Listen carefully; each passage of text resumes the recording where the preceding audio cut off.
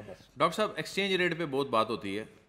ہمارا exchange rate جو ہے بڑا ہم نے دیکھا کہ بہت زیادہ صورتحال خراب ہو گئی تھی 2022 میں 23 میں. پھر اب اسٹیبلٹی کی طرف ہم نے سفر جو ہے وہ شروع کیا. اب بظاہر اسٹیبل نظر آتا ہے, لیکن کیا پاکستانی روپے کی ڈالر کے مقابلے میں قدر حقیقی ہے یہ, یا اس کو مزید کم ہونا چاہیے؟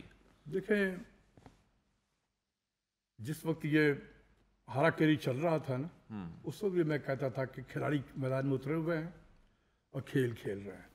بہت سارے لوگ اس میں انوالو تھے, آپ کے جرنلسٹ سے لے کر جو اخبار میں لکھتا تھا, کریٹ کرتا تھا ماحول, اس کو فیڈ کرتا تھا. کچھ کراچی کے بہت سارے انویسٹمنٹ ہاؤسز میں بیٹھے ہوئے لکھنے لکھانے والے, وہ لکھتے تھے کہ مارکیٹ پارٹیسپینٹ یہ سمجھتی ہے کہ ایکسچینج ریٹ جو ہے وہ انڈر پریشر جا رہا ہے اور یہ فلاں مہینے میں یہ اطلاع ہو جائے گا. یہ وہاں سے ملتے تھے, وہ اخبار والے نے چھاپ دیا, اور اس کے بعد کھلاڑی جو ہے وہ کود گئے میدان میں, اور جو تباہی مچی ہے پاکستان میں. اور لوگوں سے پوچھا, انہوں نے یہ تو مارکیٹ ہے بھائی, آپ کا کرنٹ اکاؤنٹ ڈیفیسٹ اتنا ہائی ہے تو یہ مارکیٹ ہے, مارکیٹ میکینزم کام کر رہا ہے. ٹھیک ہے, جب ڈنڈا چلا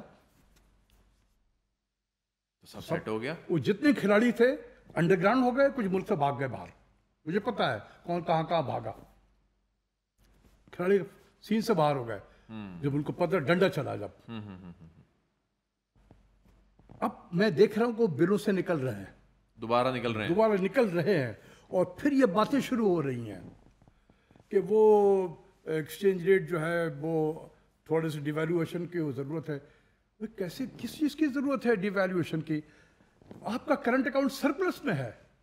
کرنٹ اکاؤنٹ سرپلس کا مطلب یہ ہوا کہ the total inflow of dollar is more than the outflow. تو آپ کے پاس سرپلس ہے نا, پھر بالکل ایسی. تو پھر کیوں ایکسچینج ریٹ پہ پریشر آئے گا؟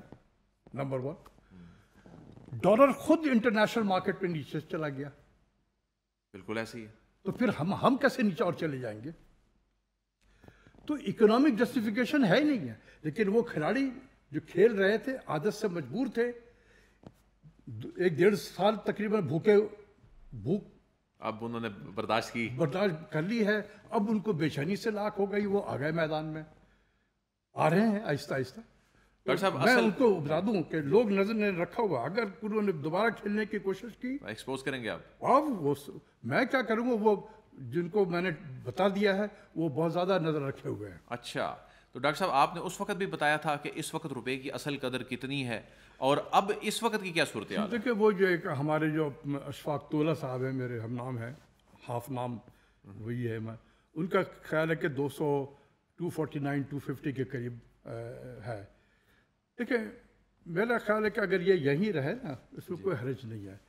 آپ کے ایکسپورٹس بھی بڑھ رہے ہیں, آپ کا ایوری تھنگ از فائن. مطلب آپ کو ضرورت نہیں ہے نا. آپ اگر کہیں مارکیٹ میکینزم, بھائی مارکیٹ میکینزم کا کیا مطلب ہے؟ جب ملک میں آپ کا سرپلس ہو کرنٹ اکاؤنٹ, تو پھر کرنسی کیوں ڈیویلیو ہو؟ جب ڈالر خود ڈیویلیو ہو رہا ہے تو ہمیں تو اپریشیٹ ہو جانا چاہیے نا اس کے مقابلے میں. ڈاکٹر صاحب, نون لیگ کی پرانی حکومتوں میں ہم دیکھتے تھے اس وقت انجیکٹ کیا جاتا تھا جو روپیہ نوٹ چھاپ کے.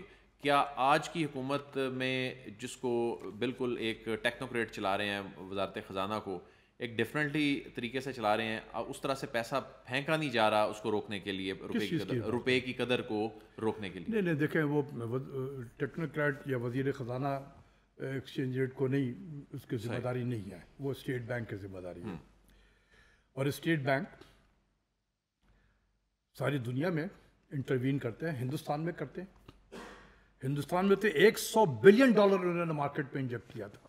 اچھا, ٹھیک ہے, جب یہ 279 سے 285 وغیرہ کے جب پہنچا تھا, انہوں نے $100 بلین انہوں نے انجیکٹ کیا مارکیٹ میں. تو یہ اسٹیٹ بینک کی رسپانسبلٹی ہے کہ وہ ایکسچینج ریٹ کو ایک ذرا اسٹیبل طریقے سے رکھے. ٹھیک ہے, صحیح. لیکن اگر کھلاڑی بیچ میں کودتے ہیں تو کیا کرے گا؟ وہ آ کے لڑ تو نہیں سکتا ان سے, تو وہ کس طریقے سے لڑتے ہیں؟ وہ اسی طریقے سے سپلائی کو بہتر کر دیا بس. ڈاکٹر صاحب, ڈیفنس بجٹ پہ آپ نے اس سے پہلے بات کی. اس وقت پاکستان کا ڈیفنس بجٹ بڑھنا جو ہے وہ کتنا ضروری ہے؟ کیونکہ ظاہر ہے دشمن بہت بڑا ہے، چیلنج بہت بڑا ہے، حال ہی میں جنگ سے نکلے ہیں، آگے نئی جنگ جو ہے اس کے خدشات ہیں، بادل منڈلا رہے ہیں. آپ کیا سمجھتے ہیں کہ اس کی دیکھو یار، یہ بھی ایک کافی زمانے سے جب میں چھوٹا تھا اس وقت بھی سنتا تھا. چھوٹا سے مراد ابھی اکنامکس کے میدان میں قدم رکھا تھا تو کچھ ایسے لوگ تھے جو یہی کہتے تھے 80% کھا گیا، 90% کھا گیا فوج. ٹھیک ہے، تو میں سمجھتا تھا کہ کدھر سے کھا رہے ہیں، مجھے تو as a student of economics مجھے تو نظر نہیں آتا تھا.